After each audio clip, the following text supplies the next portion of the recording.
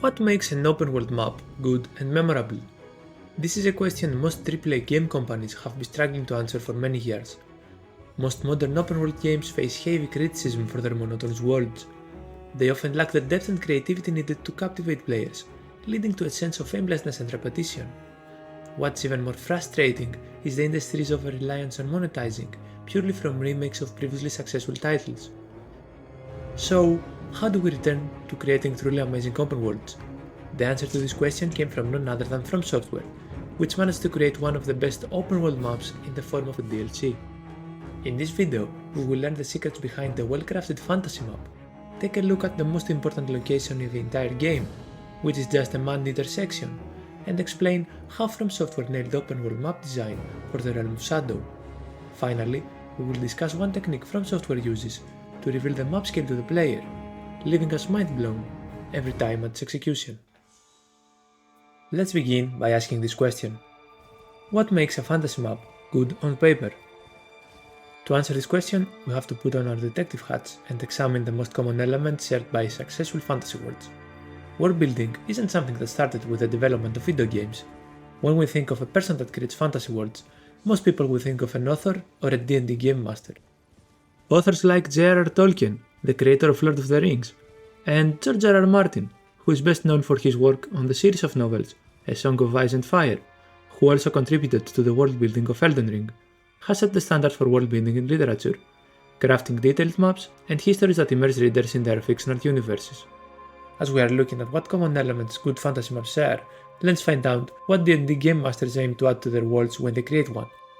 Firstly, the world needs to be expansive enough for players to immerse themselves in, yet still feel vibrant and inhabited, unless of course the theme intentionally aims for a different atmosphere. Two good video game examples outside of Elden Ring are Red Dead Redemption 2 and Cyberpunk 2077. For a fantasy map, there should be varying and interesting locations, landmarks, mountains, lakes, rivers, forests, caves and shores, beautiful towns and nearby villages, along with spectacular exploration points scattered throughout the world. All of the above can be found in the lands between and in the realm of Shadow.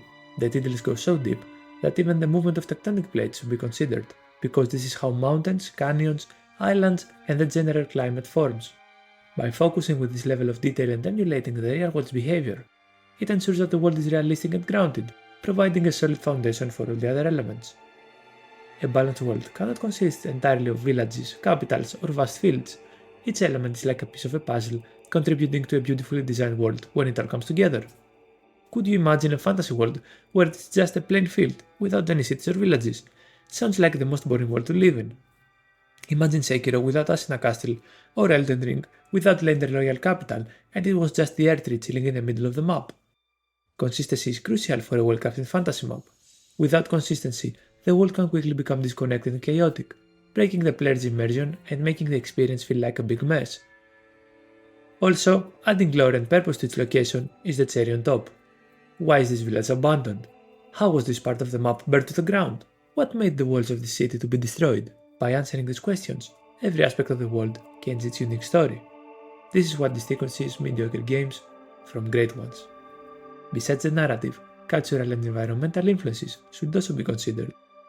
For example, in Red Dead Redemption 2, the reason you see the city of Saint Denis have this architecture is because it is based on New Orleans, which was a French colony. Or something closer to FromSoftware. A part of the Old Hunters DLC from Bloodborne was heavily inspired, and I mean heavily, by the work of H.P. Lovecraft, The Shadow over Innsmouth, which is a great book by the way, and if you are a fan of cosmic horror and Bloodborne, you should give it a read. By incorporating these elements, game studios create fantasy maps that are not only visually stunning but also rich in history and meaning, making the worlds they build later on truly captivating.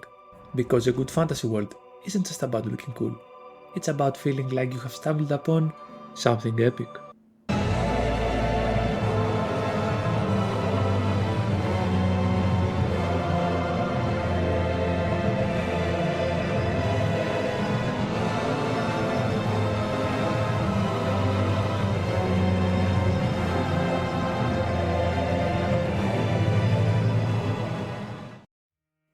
The events of Shadow of the Erdtree occur at the same time with the base game.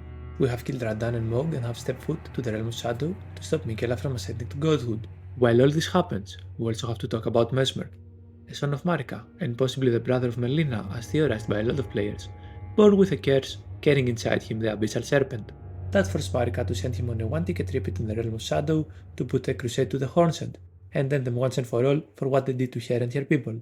When we arrive at the realm of Shadow, the crusade has already ended successfully for Mesmer, and this is something visible as soon as we step foot into the map. Fields turned into graveyards, burned abandoned villages, and this grandma that asks you to take revenge for the destruction of Belurat all are thrown into us in the first hours of the DLC.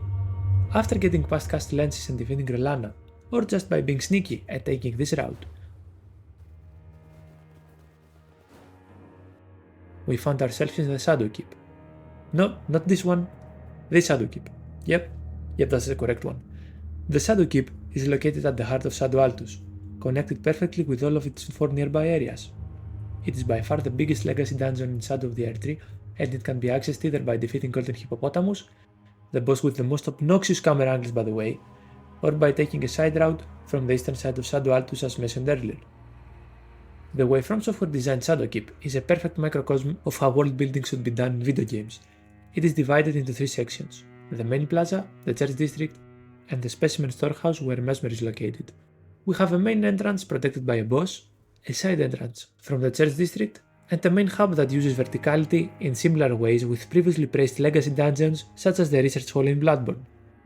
There are a few tricks used to break any signs of linear progression, while keeping the fight with Mesmer mandatory for the continuation of the main story. Both entrances lead towards the specimen storehouse and indirectly to the fight with Mesmer, while also having a side route for players to unlock new areas. From the main plaza, after climbing the side route and opening the shortcut below the lift, we can now turn right and get the coffin which leads us to the bottom of Shadow Altus and Ruins of Winter. If we take this path at the end of it, we reach the Abyssal Woods and fight Midra, Lord of Frenzy Flame. From the church district, after draining the water from the sunken sample, we can take a lift and head to the Shadow Tree base to fight with the Shadow Tree avatar, which drops the rune of Miquella that will help us with our fight versus him at the end. While this is a side route and an optional boss fight, we get rewarded for taking the time with an item that will help us with the main story. Now if we choose to enter the Shadow Keep from the main plaza, we indirectly get access to the lift that leads us to the ancient ruins of Rau. And if we access the specimen storehouse from the church district, we found ourselves after climbing an enormous ladder and doing some parkour to the lift that leads us to the Hinterlands and Shadow Tree Charlies. From the Hinterlands, we can pick up Golden Braid, which reduces holy damage taken by 22%. This is almost essential for the fight versus Radan. Shadowkeep at first glance looks extremely complex, and during my first playthrough I was getting lost all the time. But if we take the time and break down the structure of it, like we just did, we can see that it is actually pretty simple. Another pathway that opens from the Shadowkeep are the ancient ruins of Rau. Once burned to the ground by Mesmer, Romina, who is the area's boss, embraced Rot to restore nature and order to the ruins. The map design adds so much to the lore, showing us that Rod wasn't always used as a destructive weapon like we first encountered during the war between Malenia and Radan. Here Romina used the powers given by the goddess of Rod into good. By having access to Hinterlands and the ancient ruins of Rau, we can now apply our previous knowledge of world building and notice that they are the only 2 green locations in the realm of Shadow, which makes perfect sense as they have the same vertical coordinates, making them have the same climate. On the other side of the map, there is a location so cruel and horrific that when we go there, we can't even summon Torrent. The Abyssal Woods were sealed during the reign of the Hornsent to stop the spread of the Frenzy Flame, making the place forbidden to enter. That means we could call them the Forbidden Woods, which is also the name of the location in Bloodborne. Also the addition of the Winter Lanterns, now called the Ancient Untouchables, make a strong argument for my claim. I see what you did there, Father Miyazaki. The story of Miquella doesn't only occur at the left side of the map, as we learn while playing that at the abyss of the Cerulean Coast lies Saint Trina, protected by the Putrescent Knight, a beast someone could say that he looks like a spineless version of Radan we fight in Kelly during the festival. To add to it, we learn that Saint Trina is literally the other half of Miquella, just like Radagon is to Marika. If we also put our world-building knowledge into action again, we can see that the reason the Cerulean Coast has so many flowers is because the formed rivers from the northern side of the map end up here, making the location full of life. One thing that Elden Ring does to take it a step further is removing some of the most common ways games narrate their stories, which is by progressing the main quest and watching cutscenes. In common FromSoftware fashion, if we want to learn about the world and the map, we have to go and look at the items of our inventories and the world itself. For example, to learn the story from Mina, players have to search into items, her remembrance, and even go back to watch content that was made before the release of the DLC and read base game items to make connections for our new and previously existing characters. All these observations were thought out well by FromSoftware, and in the next chapter we will analyze how all this contributes to the immersion and map design. You see, after exploring Graveside Plain for a while, you will arrive at the 3-path cross-site of Grace. At first glance, next to it is a general mud intersection found in any medieval fantasy map, but if you pay a closer look, you will find that the design of this location isn't just random, or for the sake of aesthetics. FromSoftware developers purposely want you to make a decision already pre-planned by them. On your left there is a great gate which after exploring you learn that it leads to Belurat. On your right there is a bridge that when you cross, it leads you a step closer on finding Mesmer and Mikela. You would think that this is just a continuation of Graveside Plain, but how do you know how to make the correct decision? Which way are you intended to go first? This was thought by the map designers during development, and this is why they made the decision to make the bridge aim directly towards the Shadow Tree. It is not something random. Why not put this bridge somewhere else in the canyon, and why is the canyon oriented vertically towards the Shadow Tree? This 3-path crossway road is purposely only splitting towards the left and the right, so you say to yourself, I should first take a stop and pass the giant gate, because if I cross that bridge, something big is coming up next. But how does FromSoftware take this a step further? You see, the devs had the brilliant idea to create a world split in the map. By doing this, you are given the sense that the world is divided in two, and before crossing from the bridge, you should make sure the first half is explored, as it will be a big step forward. Spoiler alert, it is. If you paid close attention at the bottom of the canyon, you would realize that the area is reachable. This is hinted if you take a closer look at the cliff facing the abandoned Ailing village, and on the other side of the Graveside Plain, where you can see the Cerulean coast below you. It brings a sense of mystery of how you can go down there. This adds a lot to the importance of the bridge towards the progression of our mission in the Realm of Shadow, as we realize that this is the most important road towards every other quest, and not just the main, but also every other side. Now you would ask, but Ailes, there is another path someone could take, that is to continue straight. You see, while doing research for this video, the majority of player walkthroughs I watched did not continue straight, and some even forgot to go there. This again is something that happened because the developers manipulated you to not make that decision. When you reach the 3-path cross-site of Grace, you will notice that the road stops going straight and just cuts to the left and the right. That way you get the illusion to select between these two roads only, and that the road in front of you is not significant to the story. I'm sure most people explored this part because they could not find how to reach the canyon below the bridge without crossing it. This crossroad paves the way the game will also unravel later on. For example, when you reach the entrance towards Castle Lensis, you get welcomed by another crossroad. This time, the road cuts towards the southeast. With the Shadow Tree and Shadow Keep in front of you, you know that the main story progression is towards this side. The Realm of Shadow has to be the most vertical map FromSoftware has ever designed, with the lands between coming close second. If we exclude the Abyssal Woods, all of the other main areas have multiple levels on top of each other. The map is huge for a DLC, and honestly, if Elden Ring wasn't a FromSoftware game, this would probably be released as Elden Ring 2. The map layout is carefully crafted, with Shards of Grace being placed more frequently this time. All of the locations are unique and have their own story. It felt like the game had 4 different main quests at the same time. Especially with Belle and Midra, it felt like a completely different game with no connection to Mikela and her mission to achieve godhood. This really reminded me of how Bloodborne connected its area in the Old Hunters DLC.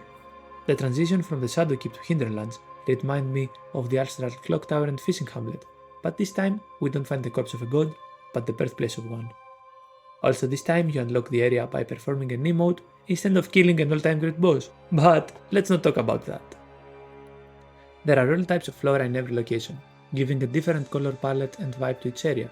Also, if you are a psychopath, there are flowers scattered all over the map for you to pick up. Our typical elks, boars and goats also return as animals to make the world more alive. The main water sources are at the northern side of the map, forming rivers and small lakes as it flows towards the Cerulean coast and to the source. We see the impact of Mesmer's crusade on the burnt Warden fields, and we also get the feeling of despair and isolation captured the dead trees and burning walls at the abyssal woods caused by the spread of the frenzied flame. What really separates FromSoftware from any other game company is their approach of not being afraid to lock entire map sections from accessing them without some type of mechanism that the player needs to figure out himself. Hinterlands cannot be accessed without performing the Mother gesture at the Marika statue next to the Commander Gaius arena. Stone Coffee Fissure is only reachable by finding a bunch of rocks to jump until you reach the abyss at the bottom. A How to Get to Abyssal Woods guide has hundreds of thousands of views on YouTube. They really know how to hide entire sections. The Realm of Shadow pushes for exploration, as it focuses more on telling a story from the map than being your standard open world RPG. Areas like Graveside Plain, the Ruins of Fingers, Hinterlands, Cerulean Coast and the Abyssal Woods focus primarily on atmosphere and storytelling, while Belurat, Ruins of Rau, Jagged Peak, Shadow Altus and Shadowkeep focus more on combat. Every area tells its own story, where in classic FromSoftware fashion it builds up to a boss fight. By observing the map and how it is designed, we can take hints of what is going to come up next, or even what the boss will be about.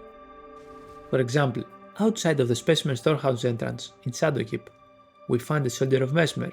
That is a hint that this will be the boss of this area.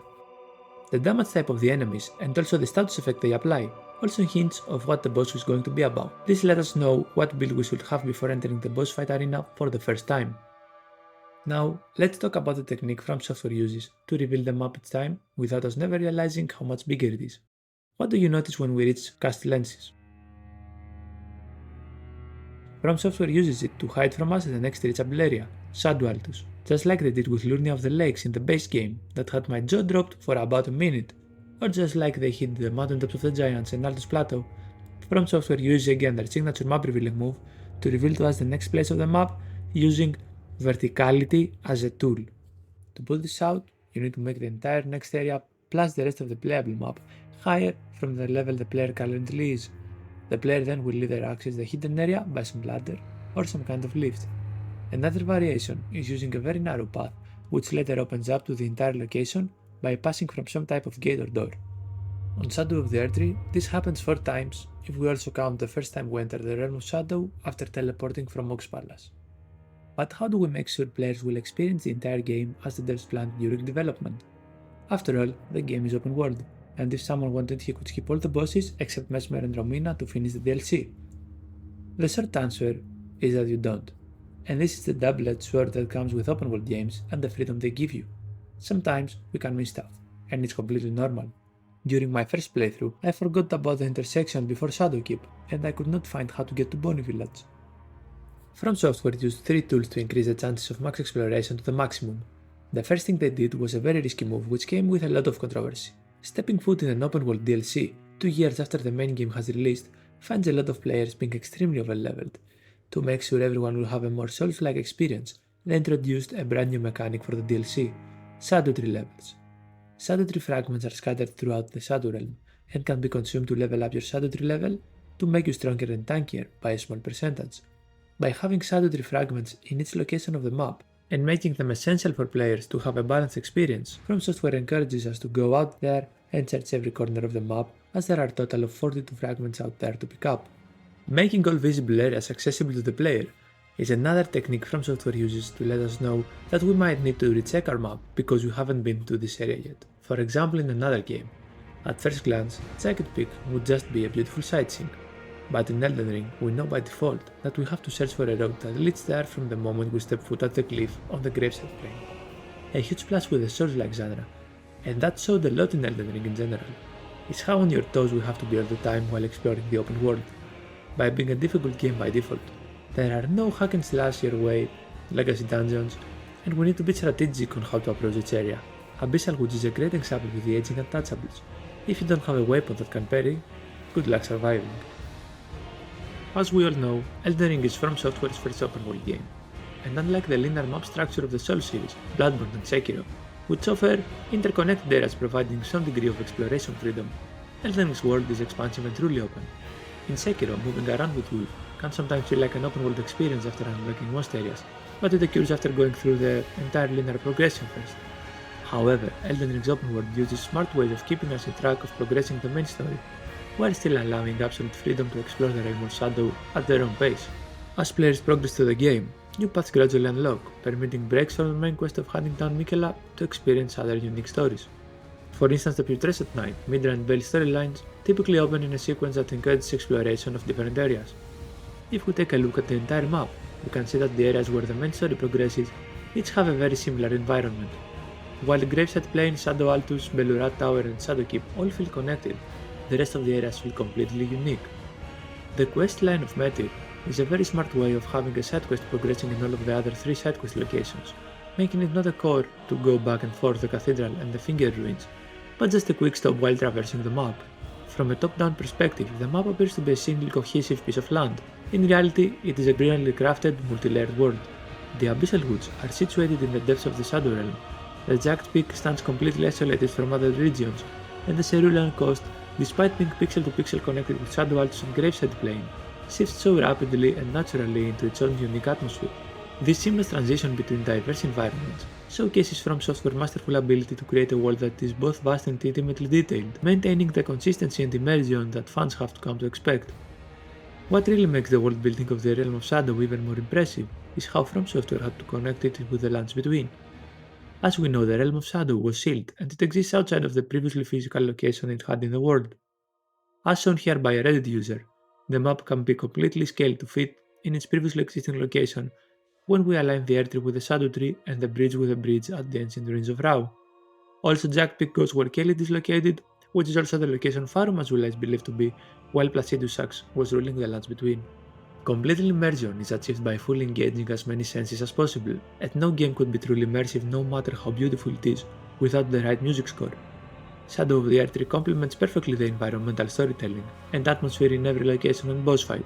Literally every single location and boss fight has its own unique soundtrack. Even the time of the day, or if you are in combat, changes the soundtrack of the location. Environmental conditions or nearby animals also add to the sound design, making specific parts of an area to be even more unique. Graveside Plain goes for a more haunting, dark and mysterious atmosphere, considering the place is literally a graveyard with walking corpses and undead roaming the fields. The use of percussion, horns and violins match perfectly with the environment. Even its boss face has its own music. The fight with Mesmer showcases this perfectly, as we saw previously when he leaves the case and unleashes the Abyssal Serpent. Midra's OST is the darkest and most disturbing in the DLC. The instruments used, together with the choir singing in the background, make it a true masterpiece of a soundtrack. Screech sounds complemented by in-between beautiful melodies give a sense of duality perfectly for the definition of madness. It feels like the song is a perfect representation of what Midra's mind and body have suffered all the years from the constant pain and torture. And when the track climaxes, it shows how Midra's consciousness has been completely consumed by madness, and all that remains from his past self is just an abused rotten corpse ascended to godhood by the control of the Frezit Flame. What we can also observe is how the music goes from almost silent and chilling in the Abyssal Woods into something loud and intense when we encounter Mindra. To fully understand how much it contributes to the experience, just see a comparison of me walking into Summon Village with and without its original soundtrack playing in the background.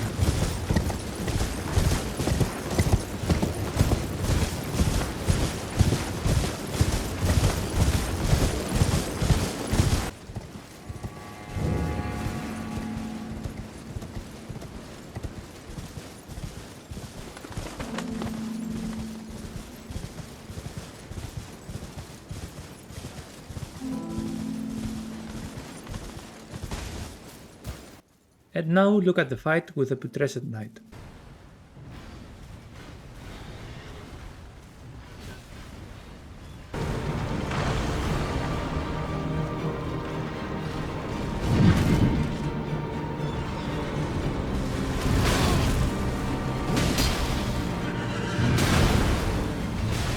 While both the Summon Village and the Putrescent Knight boss fight and arena are truly magnificent, we see how much impact a good original soundtrack has to elevate any aspect of the environmental design and world building. So you are telling us that Shadow of the Erdtree doesn't have any negatives. How can you say it nailed the open world design? Look, no game is perfect, and there are areas that could be improved in the game or explained better. But these flaws don't take away from the incredible world building skills of the people at FromSoftware. Having an open world FromSoftware game with both Miyazaki and George R.R. Martin cooking carried both 2022 and 2024. While the lands between in the base game had a more linear approach, and the only non-restrictive thing was that you just needed 2 remembrance bosses to enter the royal capital, with Shadow of the Erdtree it felt like FromSoftware gave everything they had in terms of map design. From ancient ruins to gothic Victorian castles and churches, to eldritch forests and mountains full of dragons, Shadow of the Erdtree delivers an extremely diverse world, which had to fit with the already existing lands between. If you liked this video, learned something new or just vibed with it, consider liking and subscribing for similar videos in the near future. Thank you very much for watching and have a great rest of your day.